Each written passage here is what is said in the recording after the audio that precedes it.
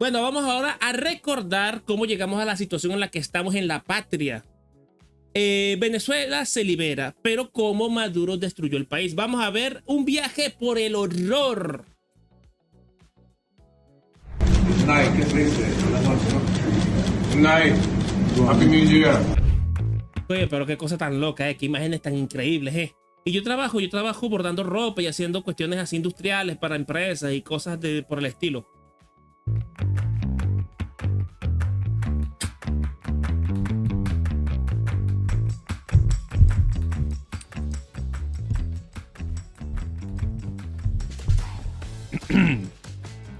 Amigos, ha pasado. Y hoy nos vestimos para la ocasión. Después de tomarse las uvas y bajar un poco la comida de Año Nuevo, Trump ha ordenado el inicio de una operación que va a pasar a la historia. Me he levantado unos 30 minutos después de producirse los primeros ataques y en cuestión de unas horas ya se llama Pancatrov, no sabía que se llamaba así. Tenían a Maduro capturado. Ha sido sin duda una de las cosas más surrealistas que he visto. Ahora bien, sé que este vídeo va a llegar a mucha gente de fuera de mi canal que se estará preguntando lo siguiente: ¿qué demonios está pasando? Desde el verano de este 2025 estamos esperando este día, pero vamos a poner un poco de contexto inmediato para que os ubiquéis todos. El señor que han capturado es Nicolás Maduro, conocido por sus curiosas intervenciones públicas como cuando dijo que Cristo multiplicó los penes. Multiplicarnos, así como Cristo multiplicó los penes. Pero a pesar de que pueda parecer un señor simpático, es un tirano que tenía reprimido al pueblo venezolano durante décadas. Y evidentemente no era un régimen que le cayese bien a los Estados Unidos. ¡Que nadie se meta con Venezuela! ¡A Venezuela se respeta! ¡Tranquila el carajo! ¡Respete nuestra patria! Y algunos se va a preguntar, ¿y por qué Estados Unidos no ha sacado antes a este señor de ahí? Pues porque tanto para bien como para mal, Estados Unidos es un estado de derecho y no puede entrar a derrocar un líder solo porque le caiga mal al presidente. Se necesita de una excusa y Trump la encontró. El gobierno venezolano tenía participación directa en el negocio del narcotráfico y Trump decidió aprovechar esta ventana de oportunidad. No estaba atacando al régimen, estaba luchando contra el narcotráfico. Llegó a declarar al Cártel de los Soles como una organización terrorista, cosa que permite al gobierno a realizar una intervención extranjera. Claro, ahora, eso sí, tampoco nos vamos a poner sentimentaloides y ay, porque estos son obviamente excusas. Agarraron esta excusa para quitarse el mojón de encima de Maduro. De la misma forma que buscaron una excusa para meterse en la Primera Guerra Mundial y buscaron una excusa con Pearl Harbor para empezar la Segunda. Y buscaron una excusa ridícula para la guerra de Vietnam. Estados Unidos nunca empieza las guerras, pero sí que las termina. Yo veo canales gringos y hasta ellos se están burlando de los zurdos del primer mundo porque están llorando por Maduro mientras los venezolanos celebran. Hasta Asmongol habló de esto. Es que claro, es que es ridículo que una putita tercermundista de Madrid se ponga a hablar de qué malo es que se llevaran a Maduro mientras los venezolanos celebran en las ciudades del mundo. Es que es ridículo, ridículo. Bien, lo han alargado bastante tiempo porque querían evitar que esto acabe en una masacre y probablemente por la presión de Maduro.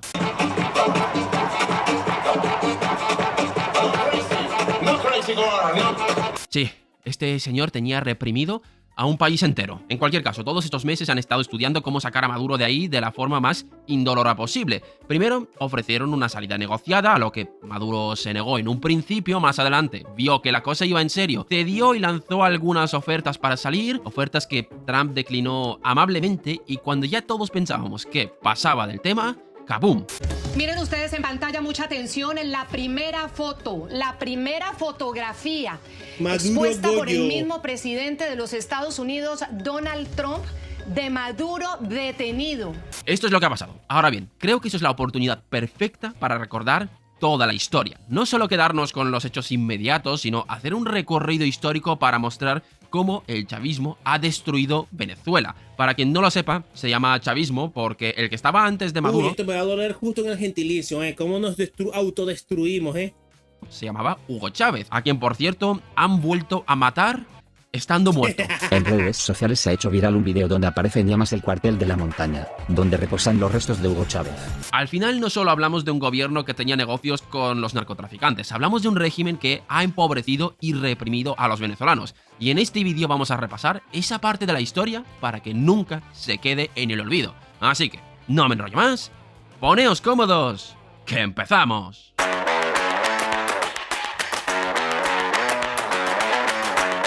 La caída de Venezuela inicia en 1973. La guerra de Yom Kippur dispararía los precios del petróleo.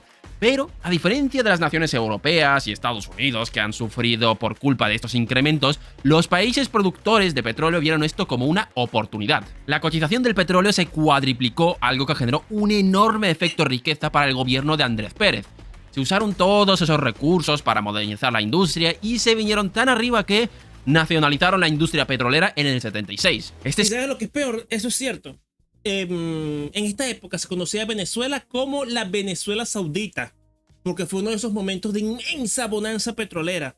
Lo que pasa es que Carlos Andrés Pérez se comió el bait y nacionalizó PDVSA, cosa que era estúpida, porque el contrato de PDVSA decía que dentro de 4 o 5 años después del 79, la empresa iba a pasar legalmente a Venezuela. Pero claro, Carlos Andrés Pérez se adelantó a la fiesta.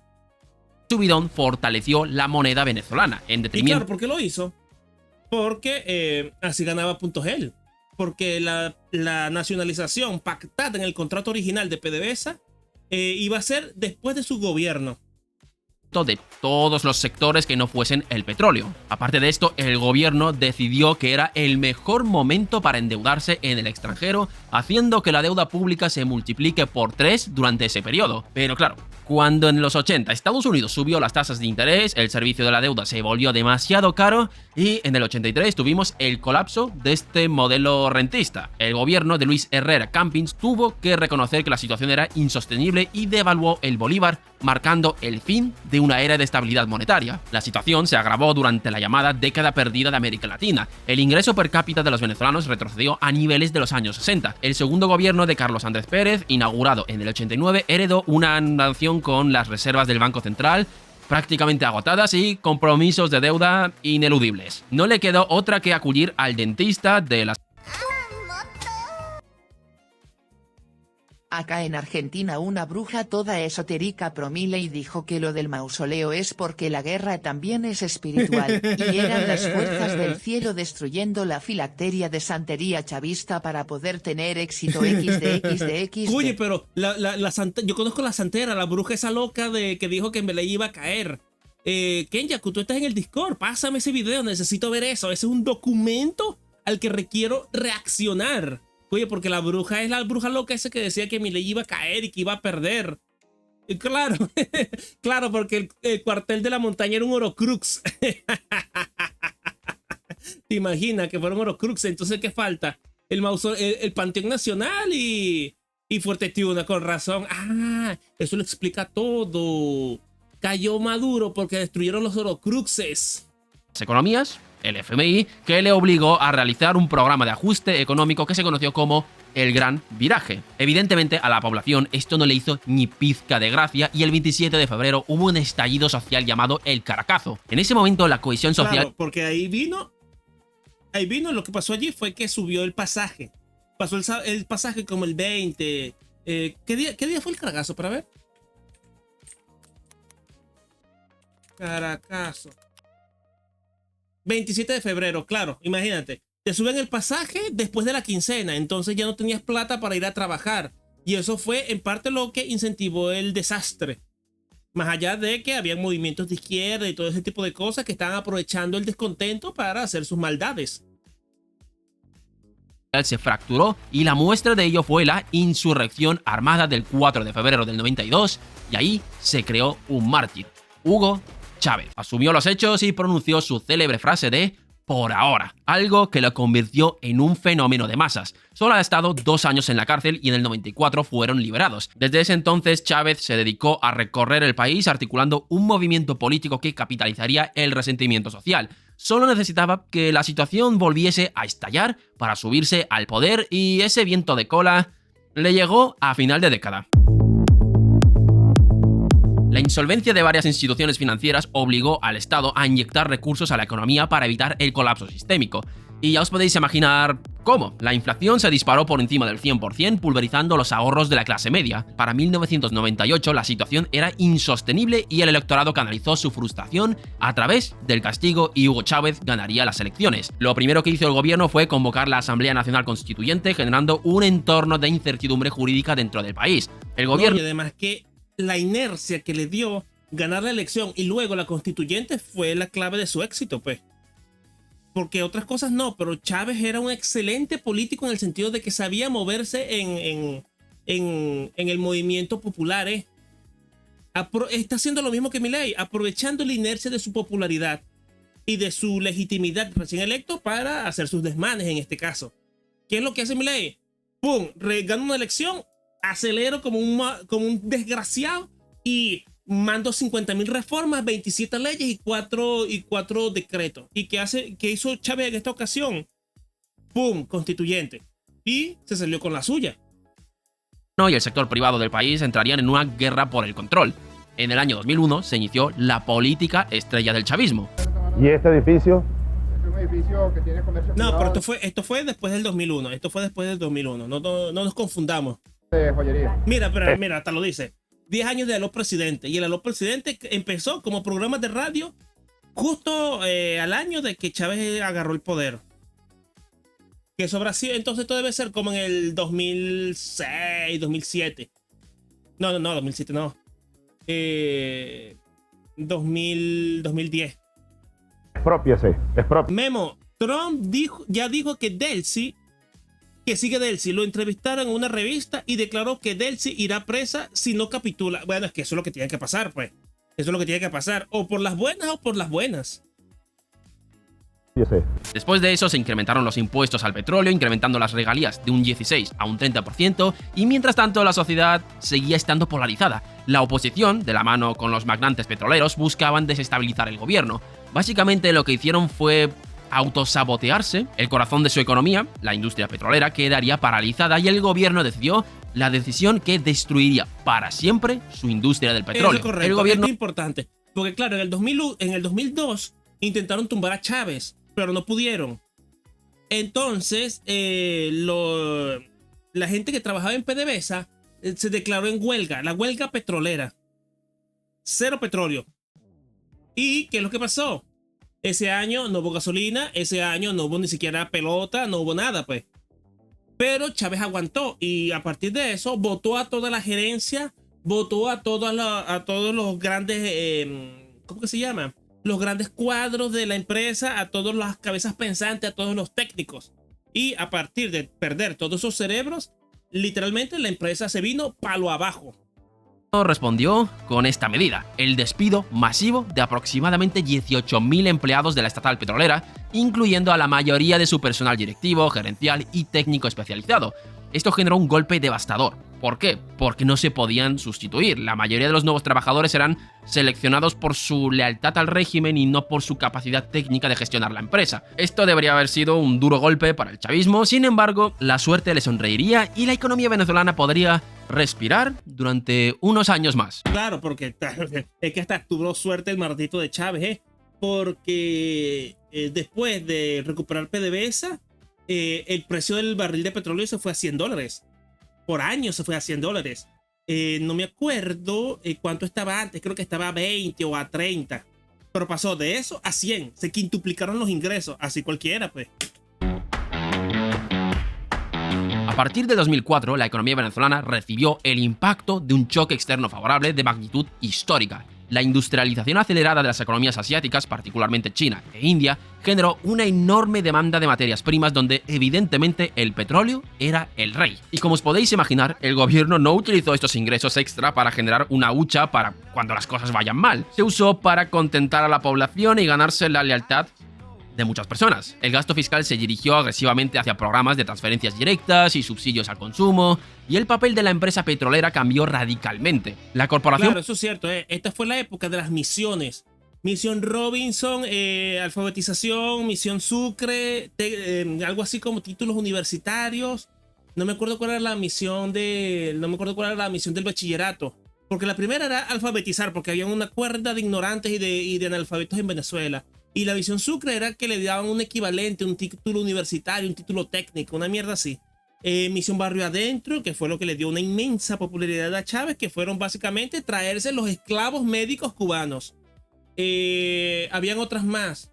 Había Misión Milagro, que eran tratamientos masivos contra las cataratas. Y ya luego, en la segunda etapa del gobierno, fueron las grandes misiones, que fue regalar plata así, pero a lo loco.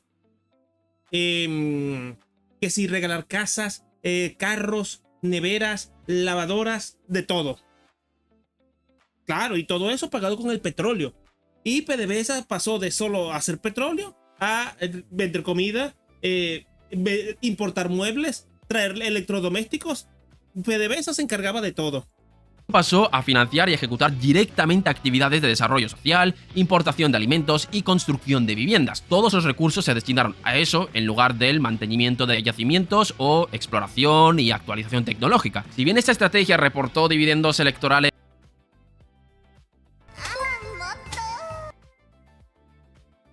Ahí conseguí el vídeo de la bruja anti-Milei. Pasa en Discord y lo paso. Ya, espérate, que está el enlace fijado, pero ya debió haber expirado. Oye, muchas gracias, Kenyaku. Oye, te estás convirtiendo en mi nuevo chulo, ¿eh? Oye, Dandy, tiembla, ¿eh? Que aquí Kenyaku está haciéndose está haciendo ruido en la... está marcando su presencia.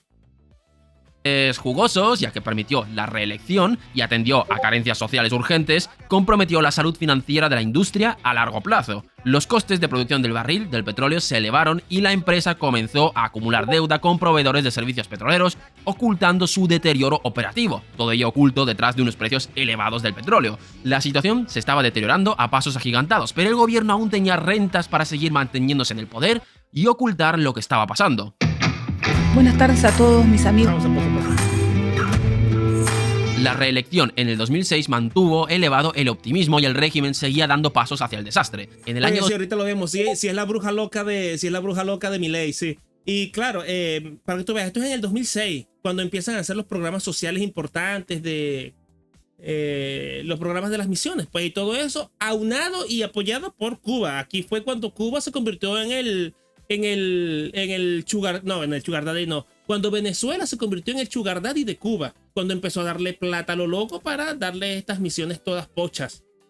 2007 inauguró la etapa de nacionalizaciones masivas bajo la premisa de recuperar el control de sectores considerados estratégicos. El Estado procedió a la compra forzosa de activos en telecomunicaciones, electricidad, cemento y siderurgia. Claro que sí, todo eso. Expropiaron Sidor, que era una empresa metalúrgica hiper recontra gigante que había en Guayana, que es donde están todos los minerales de Venezuela. En unas empresas de cemento también las expropió. Y supongo que esa fue la que le dieron a los gringos, a los iraníes y al Hezbollah. También expropiaron el Banco de Venezuela, que era del Grupo Santander. Expropiaron también CanTV, que creo que era de... No era de Movistar, era de otra empresa. No me acuerdo de qué era, pero era CanTV. También una empresa láctea, que no me acuerdo ahorita cuál era, si era Los Andes o era otra broma. ¿Qué más expropiaron así grande? Bueno, solo ahorita lo que me acuerdo de grande. Bueno, eso, del expropiese, es cuando empezó a comprar locales comerciales que estaban cerca de la Plaza Bolívar. Entonces eso sí, claro, así arbitrariamente lo hacía.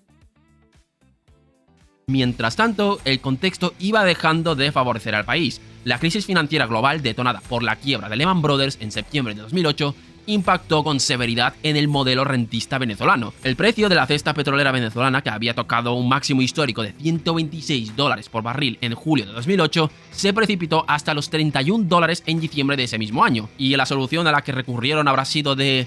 ¿recortar gastos? Pues no, sí, claro. No. Se recurrió al endeudamiento para sostener las redes del gobierno. También durante esos años, el gobierno ha hecho de las suyas para ir haciéndose con el poder, con la ayuda de los cubanos, pero estos detalles los vamos a omitir. Mientras tanto, la suerte seguía dejando de favorecer al régimen. La desinversión acumulada en infraestructura básica colisionó con una sequía severa provocada por el fenómeno climático. Ay, sí, yo me acuerdo de esto. Que como no mantuvieron bien las represas, no tenían agua suficiente para el resto del año y hubo sequía así.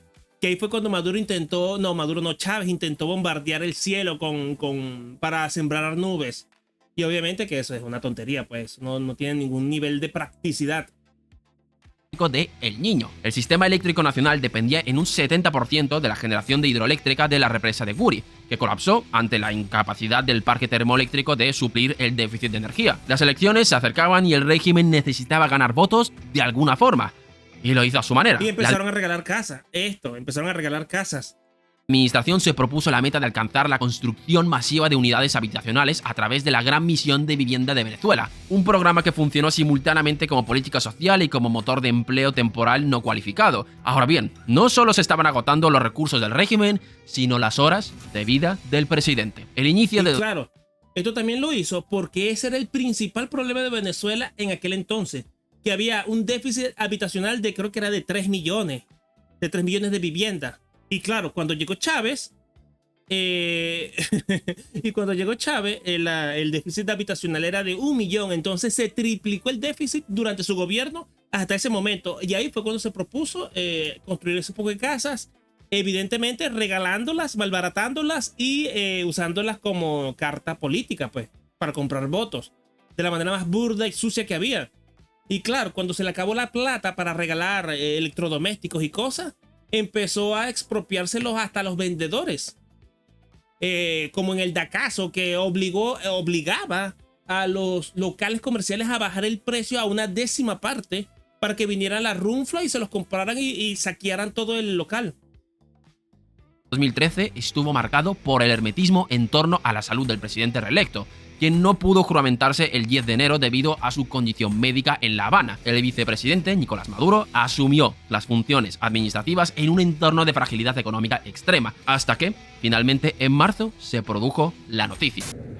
A las 4:25 de la tarde de hoy, 5 de marzo, ha fallecido el comandante presidente Hugo Chávez Frías. Todas estas políticas aplicadas en los años previos permitió a Maduro ganar las elecciones por un escaso margen. Lo que no sabía es que Maduro iba a ser el que se encargaría de recoger todos los frutos del germen que había plantado Chávez. Y no tardaría mucho en estallar, ya que en 2014 empezaría la decadencia definitiva de Venezuela. 3 de enero y 5 de marzo son nuevos feriados. Oye, tampoco así. Bueno, el 3 de enero te lo compro, pero 5 de marzo, verga. Maduro llegaría con una Venezuela que ya estaba agonizando, y a diferencia de su predecesor, no imponía tanto respeto. Y no me refiero a respeto en el sentido de que hay muchas cosas que las ha hecho bien, sino más bien me refiero a esto. Era imposible que la cosa hubiese terminado bien con este señor. Pero bueno, heredó una economía que ya estaba agotando sus reservas y que la única forma de sostener el déficit era vía impresora de dinero. Su victoria no estaría exenta de polémica, ya que desde sus comienzos parece que le ha pillado el gusto a esto de amañar las elecciones. Ganó por solo 1,49 puntos porcentuales, pero bueno, sin meternos en este debate, las cuentas públicas del país daban miedo. Ante el repunte de la inflación y el desabastecimiento, el Ejecutivo optó por ocupar las tiendas de electrodomésticos y obligó a vender inventarios a precios irrisorios acusados de usura, claro. ¿Qué pasó animando tinta? Un meme vivo. Sí, bueno. Maduro era especialito, es Maduro. Bueno, ya desde el primer momento. Lo de los peces y los penes lo dijo en campaña con Capriles. Esto al principio generó un repunte del bienestar, ya que muchos venezolanos podían comprar cosas, pero esta alegría duraría bastante poco. 70% han ido desapareciendo de las estanterías a la vez que los trabajadores cobraban sus bonos anuales. De las paredes Pues claro. Regalaron todo este tipo de cosas y ya qué empresario va a querer comprarlos de nuevo. Y cuando se acabaron los electrodomésticos, empezaron con los zapatos. Tiendas de zapatos que recontra hiper mega saqueaban. Buf. Nudas cuelgan los cables que antes conectaban los televisores. Los equipos de música, lavadoras y neveras están casi todos vendidos. Evidentemente las empresas privadas no tienen la capacidad de operar a pérdidas, pero bueno, ya sabemos cómo se le daba a Maduro esto del cálculo económico. 7 más 6. Ah, bueno. Exactamente. La escasez empezó a reinar en Venezuela, pero esto solamente era el principio de la catástrofe.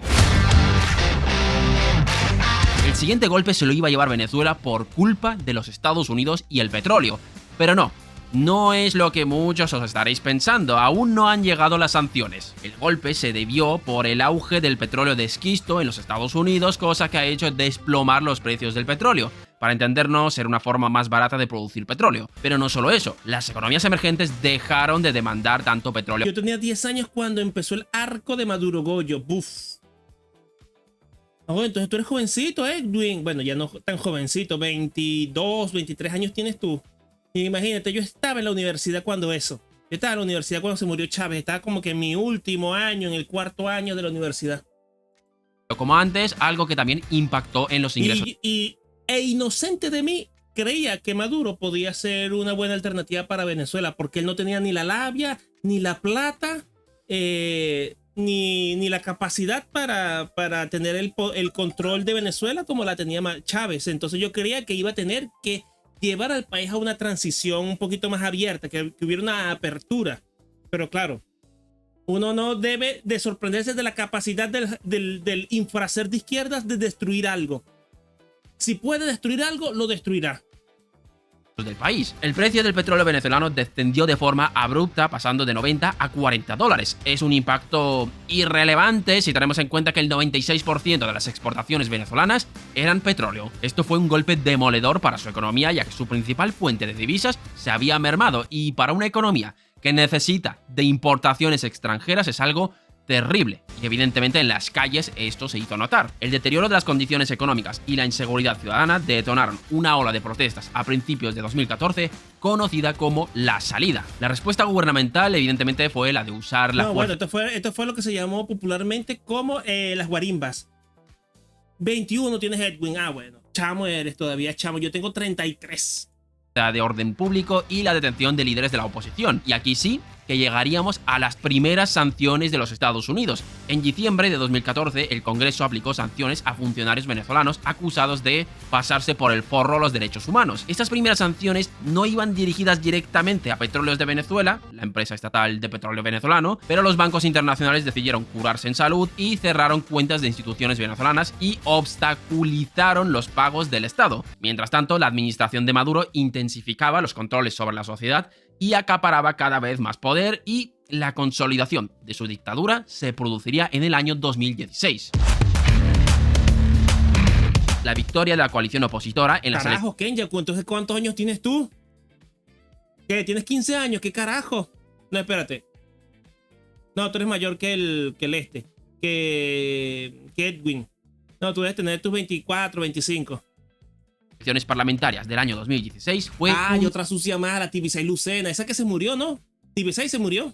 Un duro golpe para el gobierno. Básicamente perdió el control del poder legislativo, algo que permitió al gobierno, entre otras cosas, aprobar presupuesto nacional y autorizar endeudamiento público. ¿Y cuál fue la solución del gobierno? ¿Negociar? Sí. No. Claro, se decretó el estado de excepción y emergencia económica y adiós separación de poderes. A partir de este momento, la gestión económica se caracterizó por una opacidad estadística total. El Banco Central de Venezuela interrumpió la publicación de indicadores como el PIB, la inflación y la balanza de pagos. Esto perjudicaba gravemente... Claro, y ya para esa época, no, de hecho, de antes, ya desde la época de Maduro, de Chávez, la inflación ya estaba rondando el 30%. Esto fue antes de la hiperinflación. Puro veinteañero en el chat, sí, yo soy el más boomer de esta verga, Por eso, ya para esta época la inflación era de 30%. ¿Y sabes lo que es más arrecho? Que yo fue más o menos por esta época que conocí a Milei, porque a mí siempre me gustó mucho las noticias, los telediarios en Argentina. Y justico empezó el peo con Telma Fardín en esta época. Tú eres de los míos, Yolmor. Entonces, justo cuando estaba empezando el descalabro total de Venezuela, fue cuando empecé a ver a Milei, que yo estaba terminando la universidad también. Fue justamente en esta época de la reconversión monetaria y del Bolívar fuerte.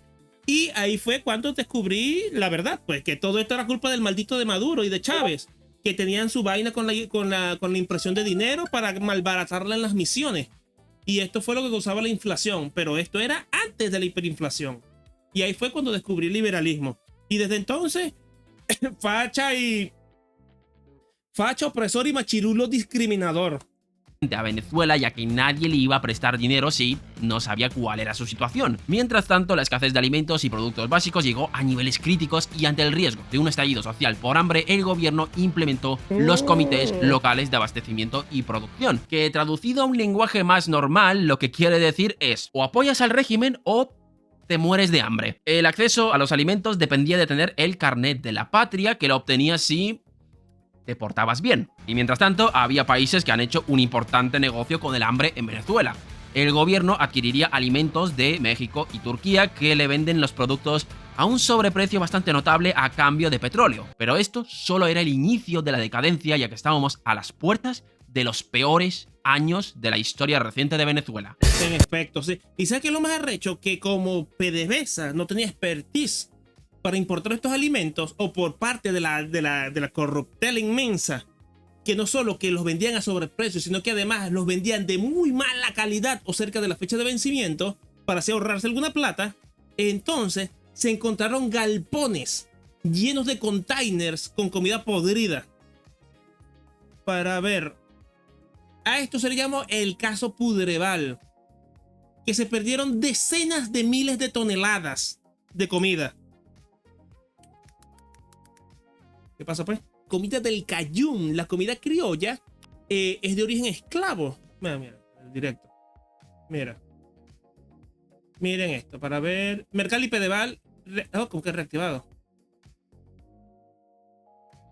Aquí está, Pudreval. Huele a azufre y no es la mortadela galáctica. Esto era en el 2009. Esto es antes de Chávez. Esto es antes de que se muriera Chávez. Y en esa época las cosas estaban empezando a ir para la mierda. Caminando por el hospital militar.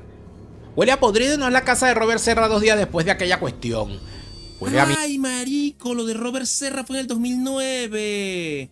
Mierda, y no es el escondite de Dios Diablo Cabello durante el paro petrolero. Usted percibe es el hedor de cientos de miles de toneladas de alimentos importados por la mortadela galáctica que pretendían ser entregadas a su familia, mi familia, tu familia, para consumo diario, hasta que alguien les revisó la fecha de vencimiento y prendió una flatulencia. Bienvenidos a una nueva entrega de Expedientes del Chavismo en pastillas de memoria. Hoy traemos fresco, no como los alimentos que da el régimen. Y el caso de Pudreval, William, que tú dices, es demasiado ejemplificante. O sea, digamos, es el ejemplo perfecto de la corrupción de estos tipos y del negocio cambiario. Es que exactamente eso. Déjenme echar una miadita. Y bueno, terminamos de ver esto y luego vemos lo del iceberg del comunismo y nos piramos todos, que tengo que ver a Nimú.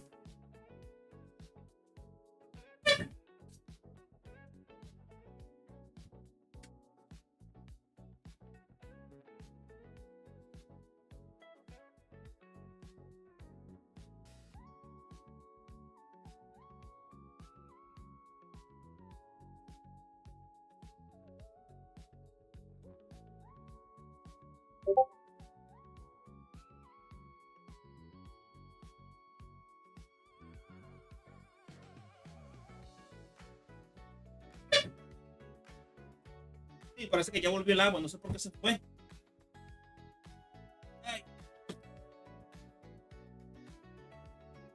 Menos mal que una miadita rápida.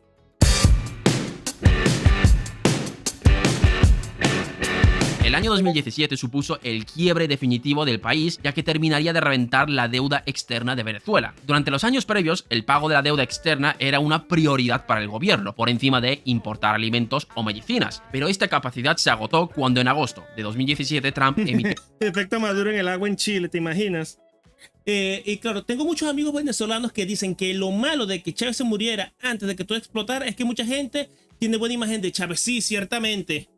Eso, pero claro, cacarearon tanto el nombre de Chávez durante las desgracias que provocó Maduro que cada vez más se está desmitificando a Chávez, y eso es bueno, porque de lo contrario, si todo hubiera terminado con Chávez, él sería el nuevo Perón, pero no, lo están destruyendo. Va a ser el nuevo Mussolini, el nuevo tipo del bigote.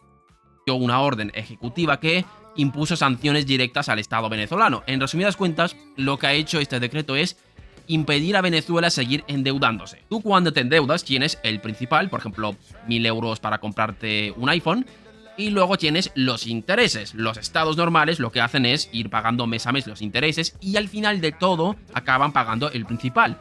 Pero lo que hacen en la práctica es volver a pedir prestado para volver a financiar el principal y así se genera un bucle infinito. Pido 1.000 para pagar 1.000 y solo voy a pagar los intereses. Bien, pues esta ley impedía a Venezuela hacer esto, obligándoles a pagar el principal. Y al final lo que provocó es que el Estado venezolano entrase en quiebra. Ante la imposibilidad de hacer rentable el negocio del petróleo, trató de buscar ingresos en el turismo, pero había un pequeño problema. Venezuela se situaba como una de las naciones más peligrosas del mundo sin un conflicto bélico, con una tasa de homicidios de 91 por cada 100.000 habitantes. Esto obligó a Estados Unidos y Europa a emitir alertas de nivel 4, que básicamente lo que te dicen es no viajes a Venezuela, anulando la demanda de turismo. Solución del gobierno: Venezuela, turismo, turismo, turismo y más turismo, turismo nacional, turismo internacional.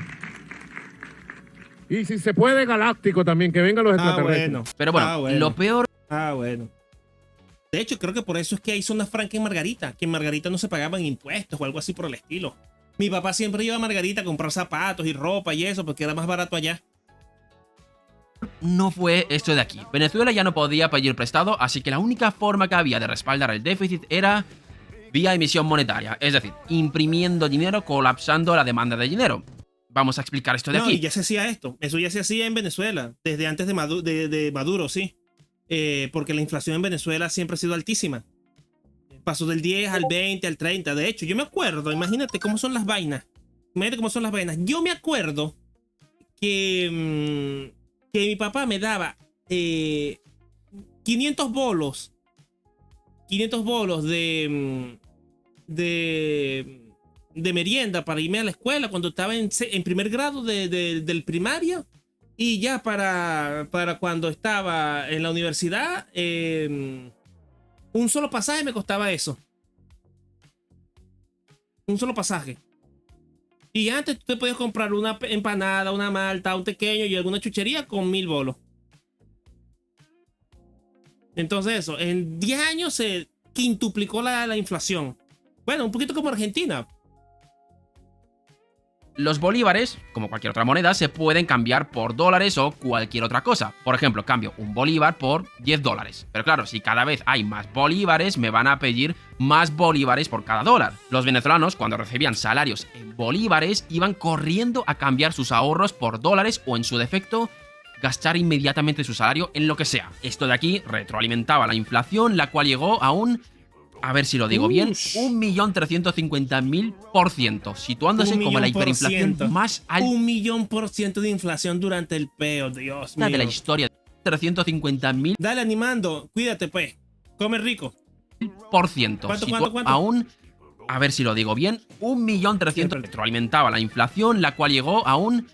A ver si lo digo bien, 1.350.000%, situándose como la hiperinflación más alta de la historia de Latinoamérica, superando a Perú. Es decir, los precios... Para que tú veas, somos más claves que Perú.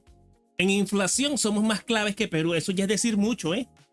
De un año para otro habían subido en 1.350.000%. La economía estaba destrozada y en 2018 había elecciones. Con este historial... ¿Cuánto es eso? Pues si un 100% es... un aumento del 100% es duplicar los precios, imagínate, 1.000.000%. Entonces son, por 10 son 1.000, por 100 son 10.000, por 1.000 son 100.000. Ay, Dios.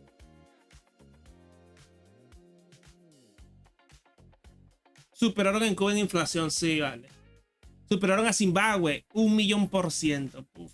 Lo normal es que el gobierno se vaya, pero el chavismo salió vencedor a su manera.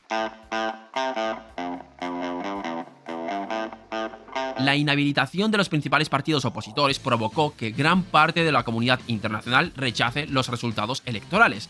Esto también intensificó las sanciones impuestas por parte de los Estados Unidos, dificultando aún más la tarea Mira lo que dice Dandy. Cuando yo me fui de Venezuela etiquetaban los precios cada hora. Eso que no me extraña, pues. Yo sé, la verdad, yo ya me había ido para aquel entonces, así que no estaba muy pendiente de ese tipo de cosas. Pero, hiperinflación. Yo no sé cómo mi mamá y mi papá y mis hermanos pudieron hacer eso si los dos chiquitos están todavía en la universidad. Buah. Yo no sé cómo caramba superaron esa situación. La empresa petrolera de Venezuela. Y mientras tanto, el país sufría de apagones masivos y una fuga de personas del país. Se estima que 8 millones de venezolanos se buscaron la vida en otra parte, algo que hizo mira lo que tenían aquí. Ya, espérate, vamos un poquito para atrás para que vean mis antecedentes. Mira. Esta es La Voz de Guarenas. Este periódico es La Voz de Guarenas. Yo trabajé cuando me gradué de la universidad. Yo trabajé aquí como 1 año o 2 años antes de venirme. Y yo me fui justico antes de que explotara la hiperinflación. Pero imagínate, mira esto. Para que ustedes vean, estos son mis antecedentes.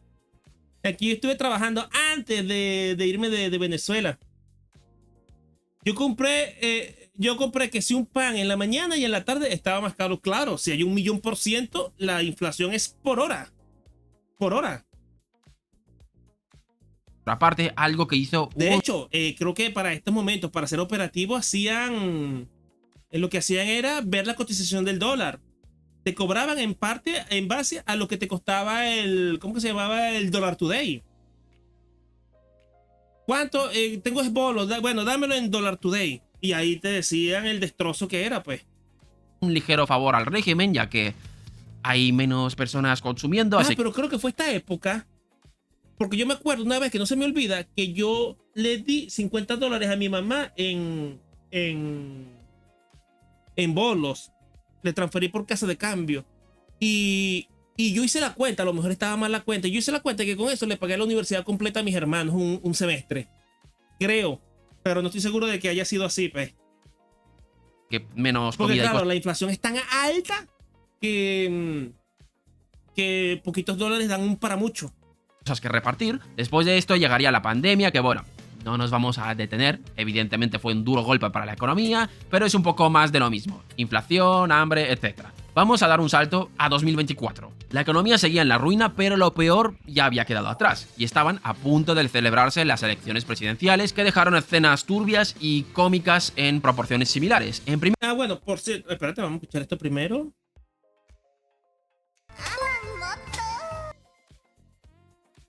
¿Sabes que tu país se fue al carajo cuando las cajas de las cosas empezaron a venir sin color, y los periódicos a ser de 2 hojas? Es verdad que sí. Porque no había tinta tampoco. No habían tintas, ni materiales, ni papel, ni nada. Porque claro, la inflación era tan alta que no valía la pena gastarla en tinta y en eso. Las cajas de Conflay venían sin dibujitos. Para ver... Caja cereal Venezuela. Venían en blanco y negro, así, mira. Venían sin colores. Sí, mira, con socialismo sin socialismo, mira.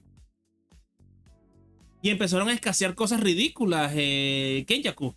Papas fritas papas fritas para los McDonald's. Entonces empezaron a vender yuca frita. No había, es que las cosas... ya cuando ya estaba yo en Venezuela, escaseaban las cosas por semanas. Una semana no había mantequilla, la otra semana no había salsa de tomate, la otra no había ketchup, la otra no había espagueti, faltó espagueti también. ¿Qué más faltaba así normalmente? Bueno, creo que aceite, no había aceite, o faltaba el azúcar, cosas así, pues. Y era por temporada. También el champú. Y todo, pero claro, esto era por economía, por economizar el paquete lo más posible, porque los márgenes se fueron a la mierda con la impresión. Y lo vimos con el periódico eran 3, 4 páginas. Papel toalé, claro, el papel toalé faltaba. ¿Qué más era?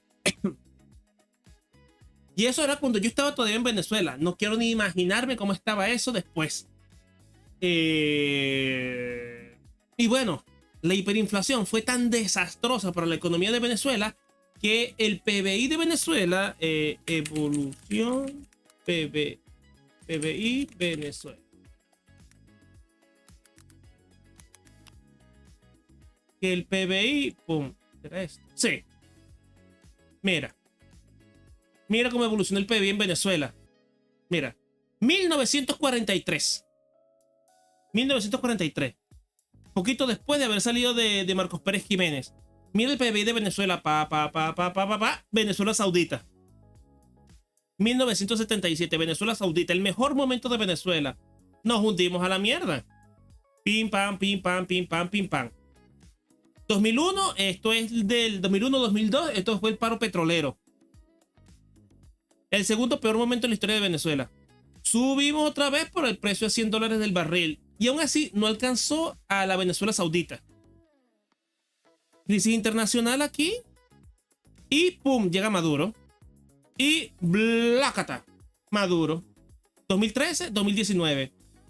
En 6 años. Venezuela retrocedió a los años 40. En 6 años. Entonces no me vas a venir a decir tú que el socialismo funciona. En primer lugar tenemos a María Corina Machado, quien se quería presentar, pero Maduro le impidió la inscripción porque... patata.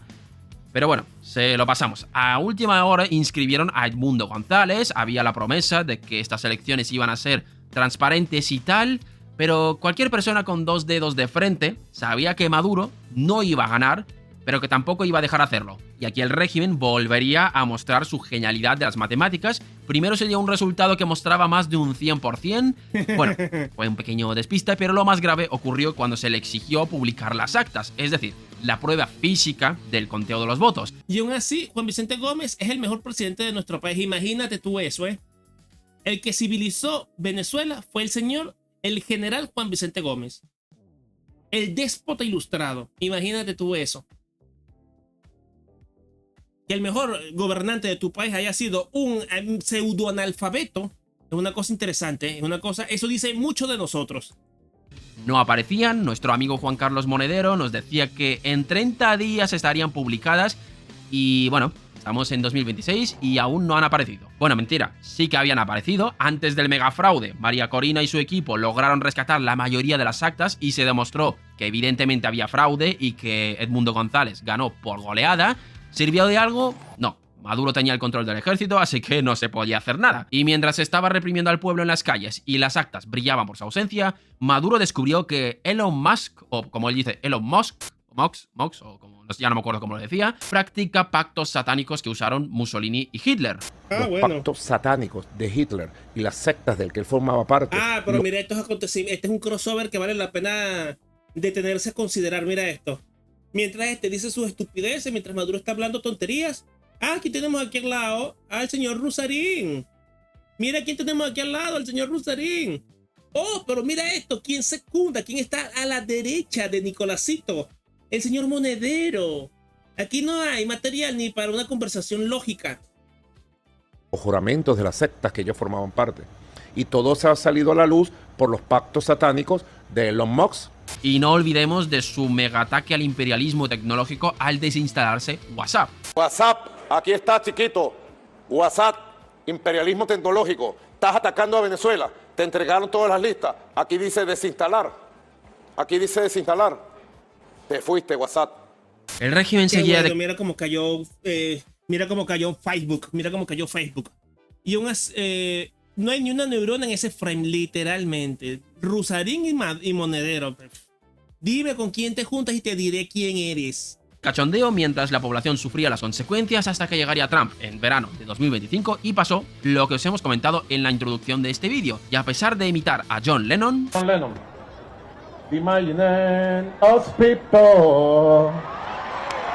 no fue suficiente para salvar los muebles. Nicolás Maduro, te vamos a echar de menos por los momentazos que nos has dado, pero estoy seguro de que muy pocos venezolanos te van a echar de menos. Así es como el régimen ha destruido un país entero y ahora toca ver qué pasa. ¿Quién asume el gobierno? Si cede el resto de la cúpula.